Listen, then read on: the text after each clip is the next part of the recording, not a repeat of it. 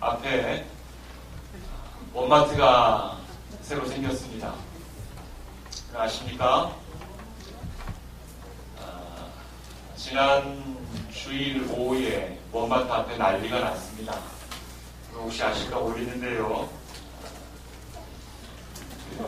비도 오는데 원마트 앞에 사람들이 인산인해를 입었어요.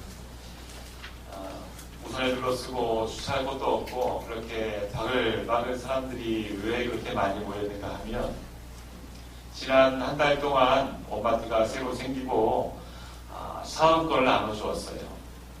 10,000원 이상의 물품을 사게 되면 자기 이름을 써서 넣을 수 있는 그런 사은함이 있고 그런 쪽지를 나눠주었는데요.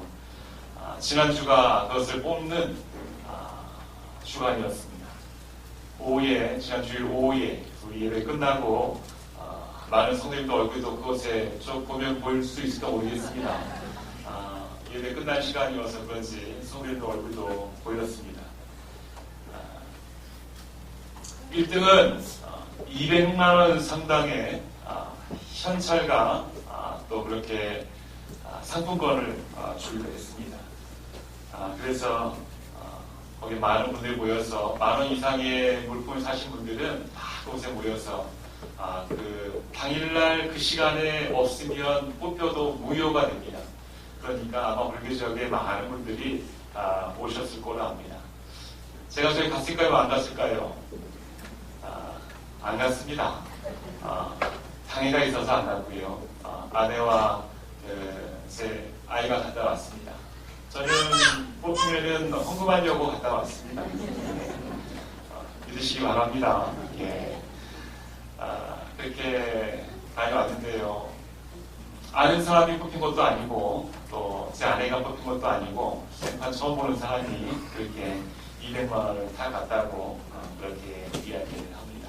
참 짜릿한 경험이었겠죠. 여러분 어떻습니까? 이런 경험 있으신지 모르겠습니다. 좋은 자리에 정말로 좋은 것을 주는 자리에 자기 이름이 불리어진다면 그건 참 짜릿한 경험일 거예요. 얼마나 저는 이런 경험이 사실 없습니다. 작은 거 하나라도 뽑힌 경험이 없어서 그렇지만은 정말로 이렇게 좋은 것을 준다 하는 자리에 자기 이름이 불리게 되면 너무나 짜릿한 그런 경험이 있지 않을까 싶습니다. 여러분 어떻습니까? 같이 한번 읽어보겠습니다. 같이 한번 읽습니다. 시작. 여호와께서 태에서부터 나를 부르셨고 내 영혼의 궁중에서부터 내 이름을 기억하셨으며 내게 이르시되 너는 나의 종이요 내 영광을 내 속에 나타날 이스라엘이라 하셨느니라. 아멘. 누가 부르셨습니까? 원마트 주인이 200만원 주려고 부르신 것이 아니라 하나님께서 나에게 생명을 주시려고 우리를 그렇게 태에서부터 우리를 부르셨다는 사실을 여러분 믿으십니까? 이것이 우리를 짜릿하게 하고 감사하게 하는 그 사실인 거예요. 하나 더 읽습니다. 같이 읽습니다. 시작. 내 어머니의 뒤로부터 나를 걱정하시고 그의 은혜로 나를 부르셨으니 할렐루야! 하나님께서 우리를 이렇게 부르신 거예요. 200만원 주려고 부르신 것이 아니라 생명 주시려고 죄에서 건지시고 하나님의 구원의 은혜 우리에게 부어주시려고 우리를 부르신 줄 믿으시기 바랍니다. 우리가 이것을 기억하고 이것에 감격하며 살아가는 이 생활을 신앙생활이라고 이야기하고 있는 것이 하나님 우리를 부르신다 할 때 여러분 이 부르신다 하는 그 한자를 이렇게 했습니다. 소명 이렇게 쓰죠. 사실 저는 이 한자를 찾아보기 전에는 소명 할 때 이름 명사로 생각을 하고 있었어요. 그런데 소명 불소에다 목숨 명사입니다. 목숨 명사라는 것은 단지 최원철하고 이름을 부른 것이 아니라 그 인생 자체를 부르신 거예요. 그냥 이름 석자를 부르신 것이 아니라 그 인생 자체를 부르신 것입니다. 너의 인생 그 전체를 내가 쓰기 원한다 하면서 소명하신 거예요. 하나님이 부르신 거예요. 하나님이 그 목숨을 부르신 거예요. 인생 전체를 부르신 거예요. 200만원 주려고 부르신 것이 아니라 우리에게 새로운 생명을 주시기 위해서 하나님께서 그 인생을 부르신 것입니다.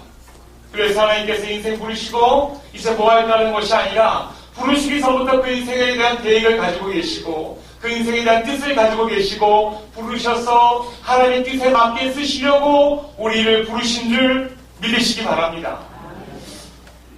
지난주에 잠깐 얘기한 어거스틴이라는 그 신학자는 이렇게 이야기했어요.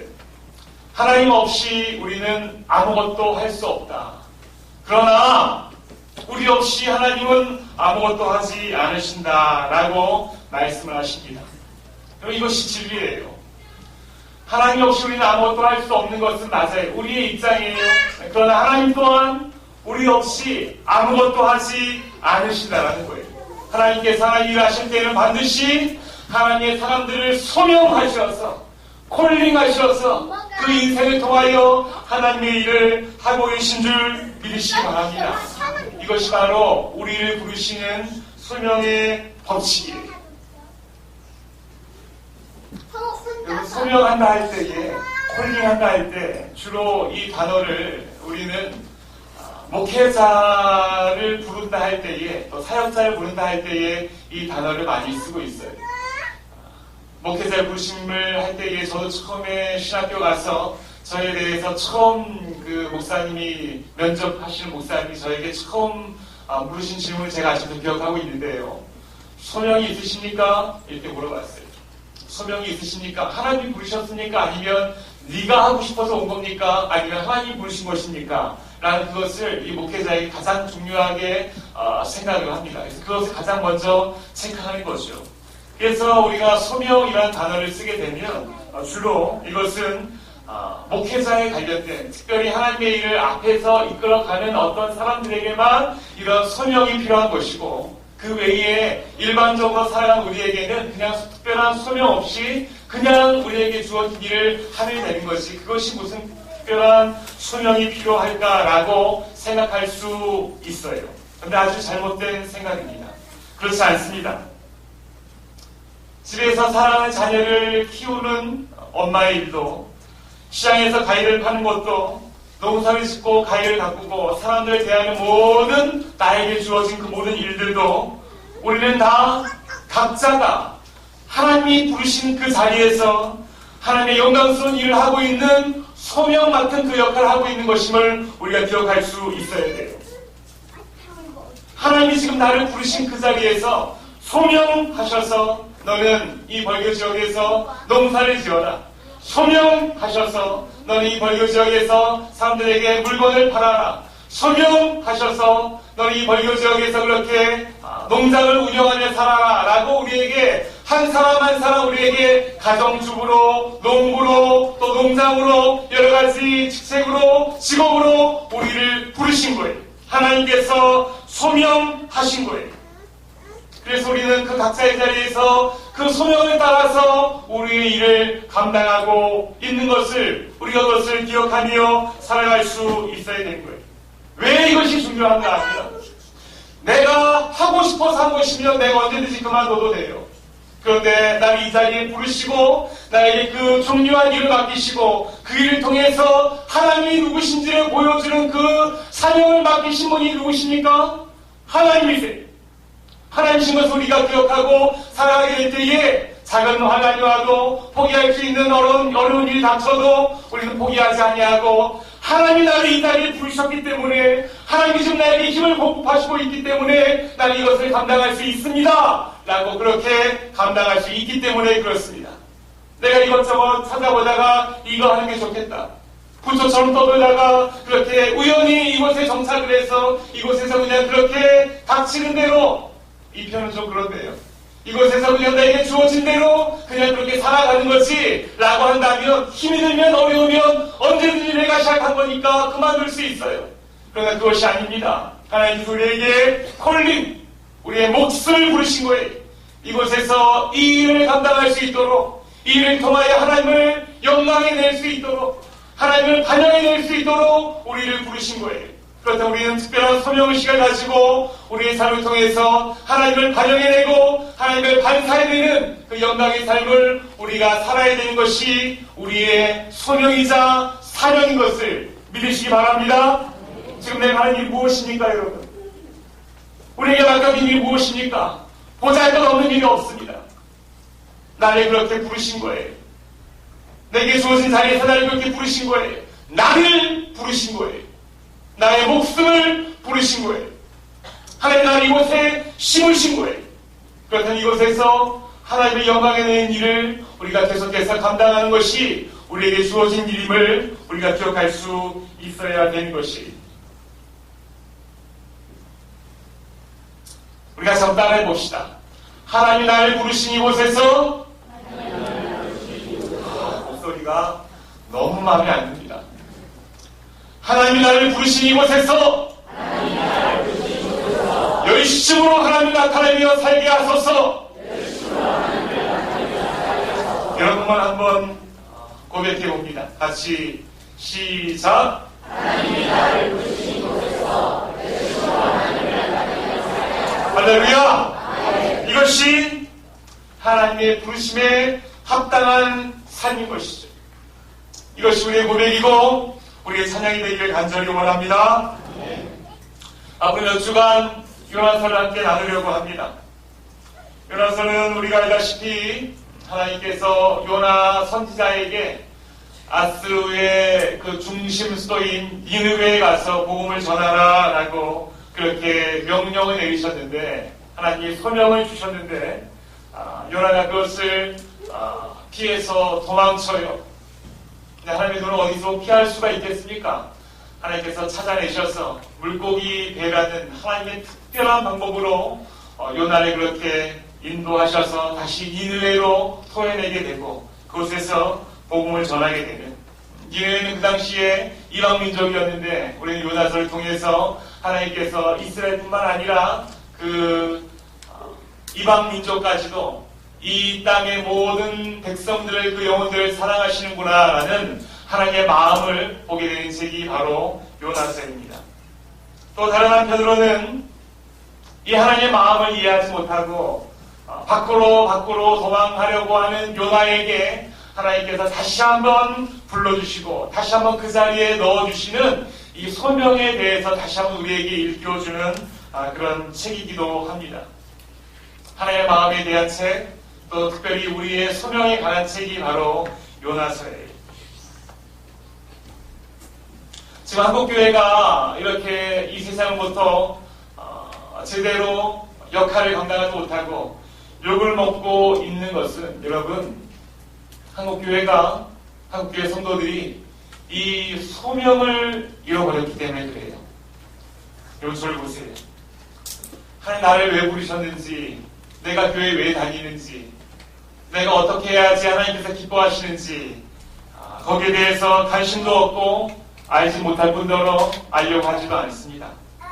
그저 자기 열심, 자기 욕심으로 교회를 다니는 사람들이 허다합니다. 교회의 주인 되시는 하나님을 보지 못하고 알지 못하고 교회에 있는 사람들 보고, 교회의 사이즈를 보고, 교회의 이 커뮤니티를 보고, 교회에 있는 사람들의 영향력을 보고 그것이 부러워서 그것을 이용하려고 저렇게 교회 다니는 사람들이 있어요. 그래서 이 교회 다니면 이 교회가 나의 출세와 욕심과 욕망에 대해서 어떻게 채워줄 수 있을까? 이 정도 교회 사이즈면은 나의 욕심에 대해서, 나의 욕망에 대해서 어느 정도 채워줄 수가 있을 거야. 이 목적으로 교회를 출석하는 홀만이 성도인 그런 모습들이 꽤 많이 있습니다. 그래서요, 사람들이 많이 모이는 교회에는 점점 더 사람들이 많이 불어나요. 왜냐하면 눈에 보이는 사람들이 많이 있기 때문에.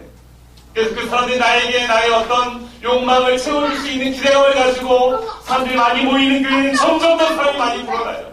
그런데 사람이 없는 교회는 점점 더 사람이 줄어드는, 그것이 자금의 교회의, 이 한국교회의 현실인 것을 우리가 부인할 수 없는 거예요. 이에 우리가 함께 나누고 있는 요나서는 하나님께서 우리를 왜 교회로 부르셨는지, 왜 성도로 부르셨는지, 교회에서 우리를 부르셔서 하나님께서 우리를 통하여 어떠한 일을 하려고 하시는지에 대해서 분명하게 알려주고 있는 소명에 관한 책입니다. 이번 이 요나서 강의를 통해서 우리 사랑하는 성도님들이 내가 왜 교회를 다니는지, 교회를 다니면서 내가 무엇을 해야 되는지, 하나님께서 나를 왜 부르셨는지에 대한 분명한 소명을 다시 한번 깨닫고 다시 한번 찾게 되는 귀한 은혜가 우리 모두에게 있게 되기를 간절히 원합니다.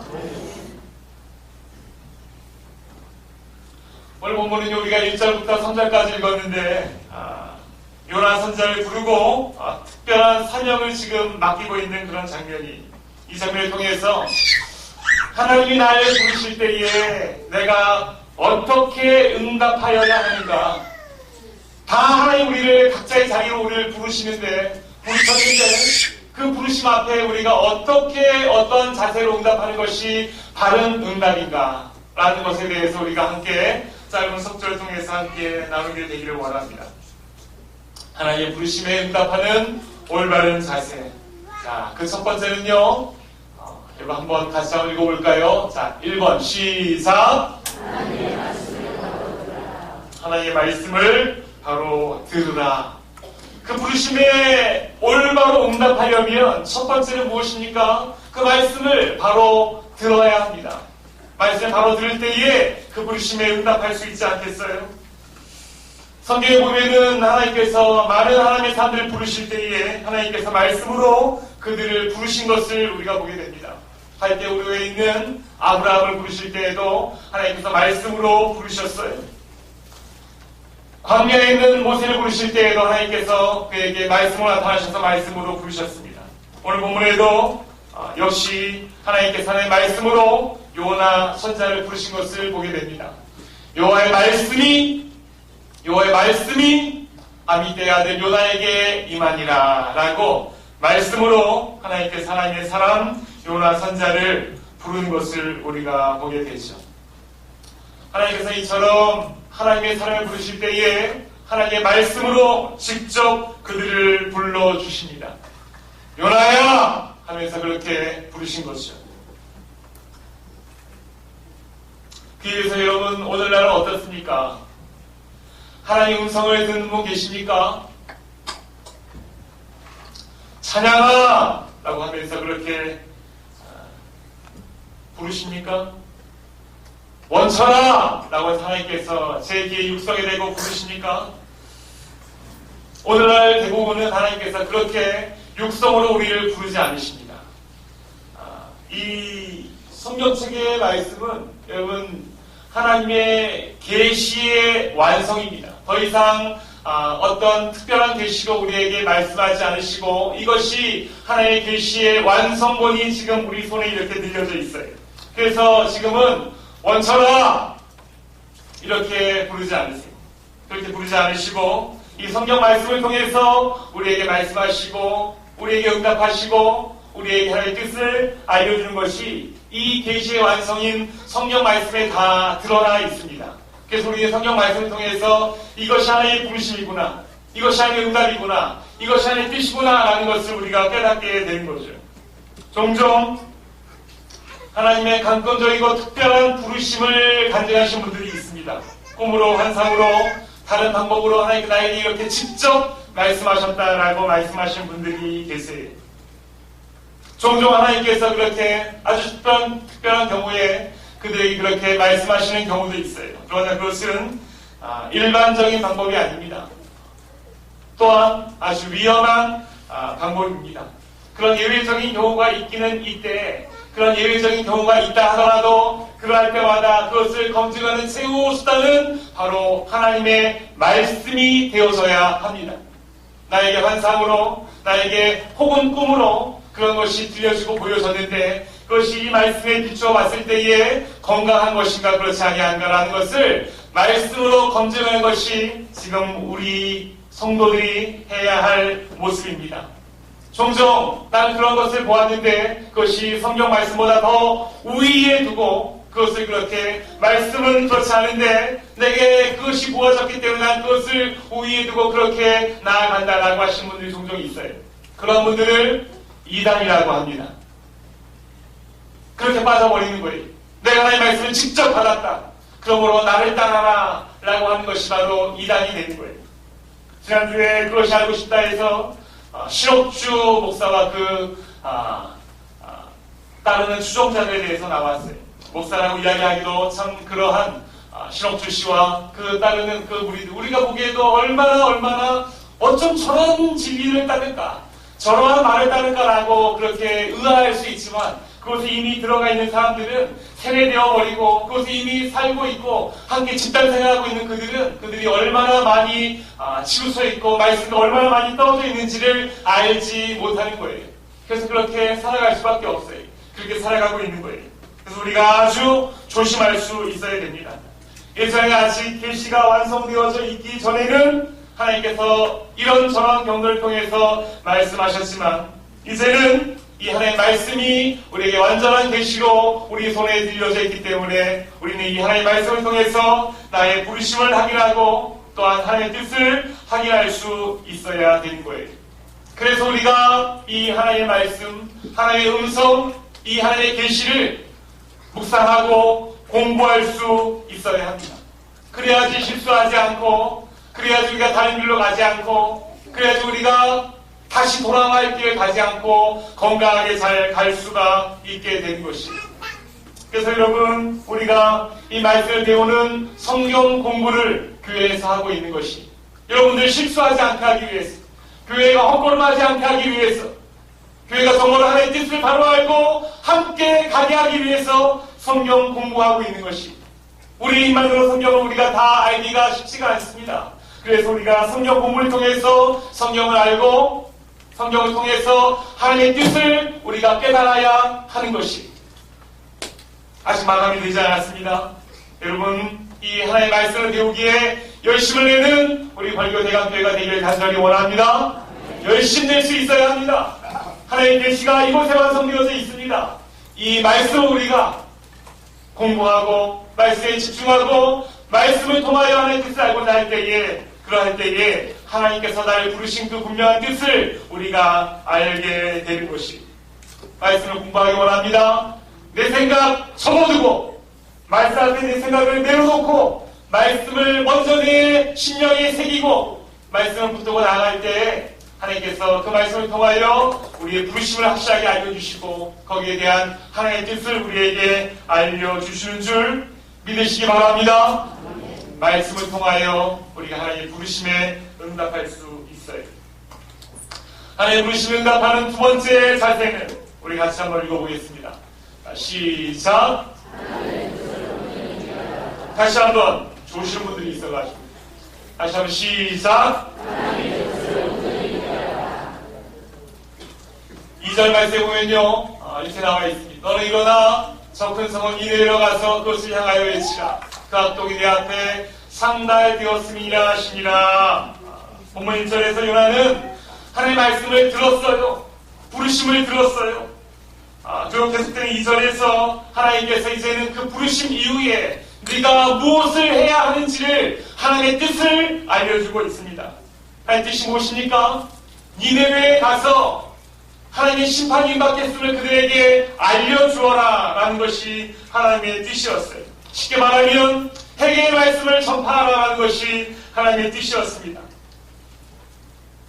하나님께서 우리를 부르시고 소명을 주실 때에는 그냥 이유 없이 그냥 한번 불러봤어 라고 부르신 것이 아니라 분명한 뜻이 있기에 우리를 부르셨는 줄 우리가 깨달아야 합니다. 그렇다면 우리를 부르실 때에 하나님의 뜻이 무엇입니까? 라고 하나님께 우리가 물을 수 있어야 되는 것이죠. 나를 분명히 부르실 때에 하나님의 뜻을 가지고 부르셨기 때문에 하나님의 뜻이 무엇인가? 나를 왜 부르셨는가? 라는 것을 우리가 물을 수 있어야 되는 것입니다. 분명한 뜻이 있는 거예요. 벌교에 왔는데 어느 교회를 찾을까 돌아다니다가 그냥 가까운 데 교회가 있으니까 이 교회 한번 다녀봐. 그러면 뭔가 좋은 일이 있을 거야. 이 정도 계획을 가지고 우리가 이 자리에 있는 것이 아니에요. 이 정도 하나님의 그냥 어중간한 계획 때문에 우리가 이 자리에 있는 것이 아니에요. 그냥 막연한 흐름이 아니에요. 이 세상을 한치 오차 없이 그렇게 주관하고 계시는 완전하신 하나님께서 완벽한 계획을 가지고 우리를 부르시고 우리를 이곳에 보내시는 줄 믿으시기 바랍니다. 보내셨으면 하나의 분명한 뜻이 있는 거예요. 뜻이 있는 거예요. 너 이곳에 한번 다녀봐. 그런 좋은 일이 있을 거야. 이 정도가 아니에요.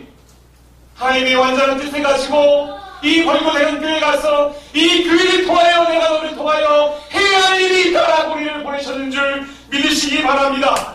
이것이 우리를 이곳에 보낸 하나님의 뜻이에요. 그리고 교회가 그 여러 뜻들을 모아서 하나님의 일을 한 것이 하나님의 교회인 줄 믿습니다. 그런데요, 사실 우리는 교회를 오래 다니면서 이러한 하나님의 계획에, 이런 하나님의 뜻에 그다지 관심을 두지 않을 때가 많이 있어요. 그것이 그냥 식상해져 버린 거예요. 그냥 다니니까 다니는 거예요. 그냥 주인이 되니까 나오는 거예요. 사람들이 있으니까 함께 만나러 나오는 거예요. 어렸을 때부터 다니니까 그냥 내 교회가 되었고 그냥 다니게 되면 그냥 내가 다니는 거예요. 그냥 내가 다니게 되면 여러분 어떻습니까? 그냥 내가 다니게 되면 나 중심의 교회가 되는 거예요. 나 중심의 교회가 되는 거예요. 하나님의 뜻이, 하나님의 분명한 뜻을 가지고 계획을 가지고 날 이 자리에 이곳에 보내시고 심으셨는데 그냥 그 계획을 잊어버리고 내가 그냥 다니고 내가 오랫동안 다녔기 때문에 사람들이 있기 때문에 그냥 내가 그냥 다니게 되면 나 중심의 교회가 되는 거예요. 나 중심의 교회가 돼요. 그러면 나 중심의 교회가 되면 하나님 나를 보내신 것을 잊어버리게 되면 그냥 내가 다니고 싶어서 나온 거니까 내가 그만 다니고 싶으면 그만 나와도 되고 또 어떤 어려운 일이 생기게 되면 그만 나와도 되고 하는 나 중심의 생각으로 내가 이렇게 변하게 되는 거예요. 그래서 내가 온전한 신앙생활을 할 수가 없습니다.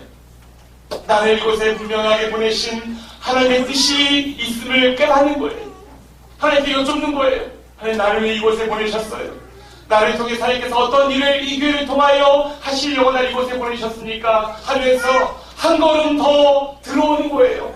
그럴 때 하나님께서 바로 여러분을 통해서 이 교회의 일을 하게 되고 그럴 때 비로소 아 나를 보내신 하나님의 뜻이 바로 이것이었구나라고 깨닫게 되는 은혜가 우리에게 있을 줄 믿으시기 바랍니다. 그래서 여러분 한 걸음 더 들어오셔야 돼요. 한 걸음 더 들어옵시다. 여러분 저를 보세요. 한 걸음 더 들어오세요. 한 걸음 더 들어오세요. 그것이 나를 통하여 이 교회를 이끌어 가시는 하나님의 뜻을 분명히 알 수 있는 방법이 여러분 저 뒤에서 그냥 한 걸음 더 들어오지 않고 누가 관여하지도 않고 누가 연락하지도 않고 저 뒤에 있다가 말씀 듣고 고개 끄덕이다가 그냥 돌아가면 피곤하지 않아요? 그냥 깔끔해요. 세련돼 보여요. 그래서 그냥 그렇게 신앙생활을 하는 사람들이 서울 큰 교회 가면 무지무지 많습니다. 어디 다니냐 물어보면 그래서 사랑의 교회 다닌다 그래요. 소망교회 다닌다 그래요. 그러면 그것이 그들의 내면류가 되는 거예요. 그들의 어떤 백그라운드가 되는 거예요. 그렇지만 교회를 한 걸음 더 들어가지 않아요. 그냥 뒤에 있다가 예배 드리고 말씀 듣고 그냥 가는 거예요. 헌금하는 것으로 나의 의무를 다했다 생각하고 그냥 가버리는 거예요. 그렇게 하게 되면 그들을 통한 하나님의 뜻을 전혀 알 수가 없습니다. 내가 선택해서 나 중심의 교회로 내가 그냥 가고 싶어서 그렇게 다니게 되면 한 걸음 더 들어가지 않냐고 교회와 함께 뒤섞여서 내가 교회의 일을 함께 해나가고 하면서 함께 사역을 감당하지 아니하면 전혀 그 인생의 성장이 없고 하나님의 뜻을 깨달아 알 수가 없게 되는 것이 하나님께 뜻이 있으셔서 여러분들이 다 이 교회로 부르셨는데 이 교회로 하나님의 뜻을 가지고 우리를 부르셨는데 한 걸음 더 들어오지 않으면 교회와 함께 섞여서 우리가 교회 사역을 함께 감당하며 교회와 함께 가지 아니하면 우리를 향한 하나님의 뜻을 우리가 전혀 알 수 없게 된 것이 그냥 왔다 그냥 가고 그냥 왔다 그냥 가고 하게 되면 우리 인생의 성장이 아무것도 없습니다. 그냥 나 중심의 교회 다니다가 그렇게 끝나버리게 되는 것이 더 이상 방관자로 구경꾼으로 하나님 뜻이 무엇인지 모르고 나 중심의 교회를 다니기보다 사랑하는 우리 성도 여러분 하나님이 정말로 사랑하시는 우리 성도 여러분 하나님께서 한 사람 한 사람 다 의미 있게 부르셔서 이 자리에 앉아 계신 성도 여러분, 한 걸음 더 교회로 들어오시는 우리 성도님들 되기를 간절히 원합니다. 한 번 더 예배 드리시기 원합니다. 식사하시고 오후 예배 드리시기 원합니다. 시간 되셔서 수요 예배 드리시기 원합니다. 그렇게 한 걸음 들어오는 첫 번째 발걸음이 한 번 더 예배예요. 한 번 더 예배예요. 여태까지 하지 않았다고 어색합니까? 한 번 더 하게 되면 괜찮습니다. 그렇게 한 번 더 들어오고 내가 어떠한 봉사로 교회를 섬길 수 있을 것인가 돌아보고 교회에 하는 여러 가지 프로그램에 참여하고 하면 한 걸음 더 들어오게 될 때에 그렇게 들어옴을 통하여서 나를 통한 하나님의 뜻을 분명히 알게 되는 줄 믿으시기 바랍니다. 뒤에서 있다가 그냥 왔다가 그냥 가버리면 아무 유익이 없어요. 아무 의미 없어요. 그냥 시간만 버리게 되는 거예요. 한 걸음 더 들어와서 함께 교회와 뒹굴며 교회의 사역을 감당하며 그렇게 나를 향한 하나님의 뜻을 분명히 깨달아 알게 되는 우리 사랑하는 성도님들 되기를 주의 이름으로 축원합니다. 그렇게 하는 거예요. 이제 더 이상 우리 벌교대감교회 성도님들은 밖으로 도시는 구경꾼, 방관자 아무도 없게 되기를 바랍니다. 다 우리 가족입니다. 함께 손잡고 함께 가는 교회 공동체예요. 함께 들어오는 거예요. 한 번 더 예배하는 거예요. 할렐루야! 아멘. 자, 하나님의 부르심에 응답하는 올바른 자세 세 번째 항목입니다. 같이 한번 읽습니다. 시작! 다시 한번 시작! 하나님의 부르심에 순종하라. 여러분, 순종의 반대말은 무엇입니까? 정답! 불순종입니다. 불순종입니다. 오늘 하나님의 말씀을 듣고 하나님의 뜻을 깨닫게 된 이 요나는 순종합니까? 불순종합니까? 불순종합니다. 요나는 불순종했어요. 요나의 이름 뜻은 비둘기 또 혹은 순결한 그런 뜻을 가지고 있어요. 하나님의 부름받은 선지자는 이 요나는 순결하면서도 또 그렇게 하나님께서 이스라엘 백성들을 향한 그 마음을 순결하게 좀 받아들이고 그 안에 마음을 품고 나아갈 수 있어야 됐어요. 근데 요나는 자기 이름대로 살지 못했네요. 하나님의 소명에 대해서 불만을 품고 그렇게 니느웨 백성들을 향한 임박한 멸망을 하나님의 마음과 같이 아파하지 않았어요. 그래서 도망했어요. 왜 불순종했을까요? 그 당시 시대적인 배경이 얼추 있습니다. 아수르 나라는 북이스라엘 그 말미에 그 근동지방을 위협하던 아주 강력한 제국이었습니다. 이 요나가 북이스라엘에 있을 때에 그 왕은 여로보암 2세라는 왕이었는데 여로보암 2세는 하나님 믿지 않는 왕이었어요. 그렇지만 정치적으로, 경제적으로, 군사적으로 가장 부강했던 그러한 왕이었습니다. 그렇게 부강했지만 결국에는 아수르라는 나라를 통해서 이 북이스라엘이 멸망하게 되는 거죠. 그런데 이 아수르의 수도인 니느웨에 가서 복음을 전하라라는 이 명령을 받게 된 거예요. 그러니까 이 요나가 그것이 좋았겠습니까? 안 좋았겠습니까? 당연히 안 좋은 거죠. 이스라엘에 있어서 참 불편한 나라예요. 원수 같은 나라예요. 그런데 그들에게 복음을 전하라라고 하니까 그것이 마음에 들지 않는 거예요. 원수 같은 나라에 가서 복음을 전하다가 하나님 임박한 진노를 그들에게 선포하다가 그들이 혹시나 그 말씀을 듣고 깨닫게 되어서 하나님 앞에 돌아오게 되면 그들을 심판하지 않은 거 아닙니까? 그거 저는 마음에 들지 않습니다. 저 아수르 같은 나라는 하나님 당장에 심판하셔야 돼요. 심판하셔야 돼요 하면서 그렇게 그런 생각을 가지고 있는 민족주의에 철저하게 젖어 있는 요나의 모습이 있었던 거예요. 그 당시 이 니느웨의 모습은 이 요나서에는 나와 있지 않지만 나온세 보게 되면 니느웨의 제약상이 어떻다라는 것을 절대 자세하게 나와 있어요.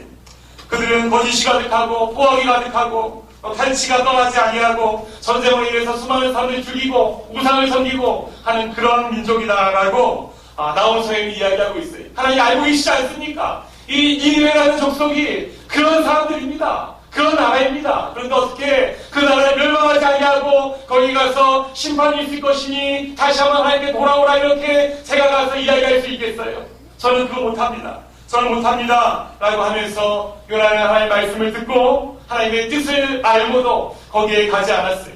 그렇게 약한 서기관 그들은 멸망하는 것이 마땅한 거예요 하면서 하나님의 말씀에 방귀를 들은 거예요. 지금 요나 선지자는 하나님의 말씀보다 자기의 뜻이 더 앞서가 있는 거예요. 그래서 순종하지 않은 거죠. 어떻게 순종하지 않습니까? 3절 말씀해 보니까 이렇게 나와 있어요. 같이 한번 읽어봅시다. 자, 시작.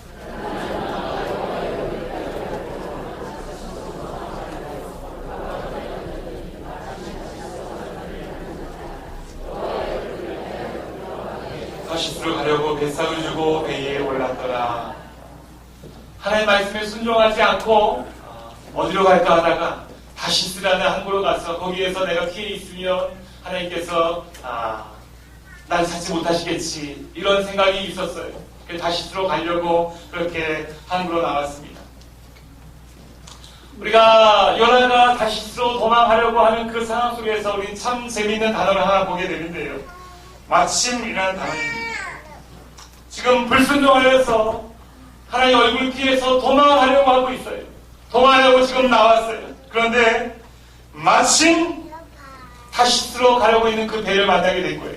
마침. 그래서 우리는 종종 이런 착각을 하게 됩니다. 이봐라. 마침 배도 기다리고 있지 않은가. 이것은 분명히 하나님의 뜻일 거야. 하나님의 뜻일 거야. 나 그냥 어디로 갈까 했는데 다시스로 가면 어떨까라고 생각을 하고 있었는데 마침 다시스로 가는 데가 있네. 이건 하나님의 뜻일 거야 하면서 그렇게 내 마음에 합리화를 하고 내 마음에 불안함을 좀 덜어버리고 마음 편하게 다시스로 가는 데를 탄 거예요. 마침 기다리고 있으니까 이것이 하나님의 뜻일 거야 라고 그렇게 합리화시키며 마음의 안정을 찾으며 그렇게 가게 된 거예요. 그런데 이것은 사단이 다뤄온 기가 막힌 함정에 불과한 것이 아무리 자기 합리화를 하고 아무리 마음의 안정을 찾고 마음의 불안함을 덜어놓는 그런 일이 됐을지 몰라도 지금 요나가 한 것은 무엇입니까? 불순종인 것이 마음에 불안함이 없다고 불순종이 제한을 주는 것이 아닙니다. 요나가 하고 있는 것은 지금 분명한 하나님 앞에 불순종일 뿐이에요. 마침 배가 기다리고 있었다 할지라도 요나는 지금 불순종하고 있는 것이 그런데 마침 배가 기다리고 있으니까 편한 거예요. 이것은 이 상황이 이렇게 딱딱 맞아 떨어지는 것을 보게 되니까 마침 하나님께서 날 위하여 마치 예비해 주신 것처럼 나는 그렇게 가면 되겠다. 이것은 하나님의 뜻이야 라고 생각하면서 가게 되는 거죠.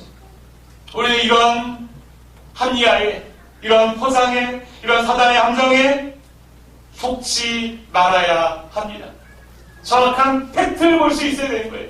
내가 지금 하고 있는 것이 불순종이고 하나님 앞에 죄인 것을 깨달아야지 내가 하나님 앞에 돌아오게 되는데 그것을 커버하고 그것을 포장하는 마침이라는 단어 때문에 우리가 얼마나 죄 속으로 달려가도 다시 돌아오지 못할 정도로 그렇게 달려가는 모습이 있는지 모르겠어요. 하나님 우리를 보내신 이 목적지가 교회인데 교회로 가지 아니하고 마침 급한 일이 생기기도 하고 마침 자녀에게 가야 할 일이 생기기도 하고 마침 갑자기 일이 잘 되기도 하고 마침 배워야 할 것이 생각나기도 하고 마침 만나야 할 사람이 생각나기도 하고 마침 똥도 싸야 하고 마침 화장실도 가야 하고 마침 사람도 만나야 하고 하나님께서 우리에게 주신 최종 목적지가 교회인데 이것이 하나님의 뜻인데 이 가고 있는 와중에 마침이라는 것들로 인해서 우리가 얼마나 하나님께 가지 아니하고 마침 하면서 다른 길로 가면서도 그것이 다른 길인지 모르고 이것이 마침 나왔기 때문에 이것이 마침 하나님의 뜻인 줄 알고 그렇게 마음에 포장을 하며 합리화를 하며 가고 있는지를 모르겠어요. 아무리 포장하고 합리화한들 그것은 하나님 앞에 불순종인 것을 우리는 분명히 깨달을 수 있어야 하는 것입니다. 불순종은 불순종이 아무리 합리화해도 아무리 마음에 불안함이 없어도 불순종은 불순종이 이렇게 마침하면서 합리화하고 불안함을 덜어버리게 되면 점점 더 그 잘못된 길은 점점 더 두터워질 수밖에 없게 되고요. 그렇게 돌아오기가 힘든 그 반열에 오를 수밖에 없게 된 것이고, 마지막에 하나님 앞에 정말 부끄러운 모습으로 설 수밖에 없는 우리의 모습이 아닌지 우리는 각자의 모습을 돌아볼 수 있어야 되는 것이에요. 여러분, 이 마침이라는 단어는요, 우리가 하나님 앞에 내밀어야 될 단어가 아닙니다. 우리가 세상 앞에 내밀어야 될 단어인 것입니다. 하나님께로 가고 있는데 세상이 유혹해요. 유혹하면 우리가 어떻게 됩니까? 마침 성경 공부가 있어요. 마침 예배가 있어요. 마침 교회 모임이 있어요. 마침 기도회가 있어요. 마침 예배 시간이네 하면서 우리가 이 세상 앞에 마침의 단어를 내놓으면서 우리가 하나님께로 정수행하며 달려가야 될 줄 믿으시기 바랍니다. 하나님 앞에 이 단어 내밀지 마세요. 다시는 내밀지 마세요. 다시 내밀지 마시고 세상 앞에 마침의 단어를 내밀면서 하나님께 정수행하시는 우리 성도님들 되기를 간절히 바랍니다. 그렇게 순종하며 나아갈 수 있어야 되는 것이, 그것이 하나님의 응답에, 하나님의 부르심에 올바로 응답하는 우리의 자세인 줄 믿으시기 바랍니다. 어떤 핑계도, 어떤 합리화도, 어떤 마음의 안정도 그저 포장이지 팩트는 불순종일 뿐인 것이, 나의 정확한 모습을 돌아보고 하나님 앞에 순종할 수 있는, 이 세상에 마침을 내놓을 수 있는 우리 사랑하는 성도님들 되기를 주 이름으로 축원합니다. 말씀을 정리합니다. 하나님의 부르심에 응답하는 올바른 자세, 제가 1번, 2번, 3번 하는 여러분 말씀을 기억하면서 한번 다 따라해보면 좋겠습니다. 하나님의 부르심에 응답하는 올바른 자세 1번, 2번, 3번. 하나님 아버지 감사합니다. 하나님께서 우리를 부르시고 이곳에 심으시고 우리에게 하나님 뜻을 알려주시고 우리가 순종하기를 원하시는데, 우리가 이런저런 핑계로 마침 하나님 하면서 우리가 그렇게 우리의 불순종을 합리화하고 살아가고 있는지는 모르겠어요. 말씀을 통해서 다시 한번 하나님의 말씀 앞에, 하나님의 뜻 앞에, 하나님의 부르심 앞에 순종하는 자리로 나아가는 우리 대강의 가족들이 되길 간절히 원합니다. 이런저런 핑계로 합리화하고 이런저런 핑계로 나를 포장하지 않게 하여 주시옵소서. 정말 하나님 앞에 순종함으로 나아가는 귀한 신령들, 대광의 가족들 되기를 간절히 원합니다. 예수 그리스도의 이름으로 기도드립니다.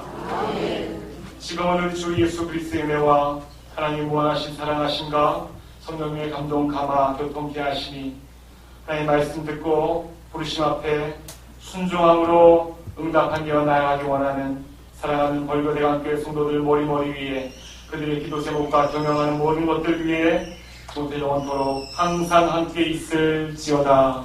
아멘. 하나님 아버지, 하나님의 경영이 신실하게 이루어질 수 있도록 인도하시고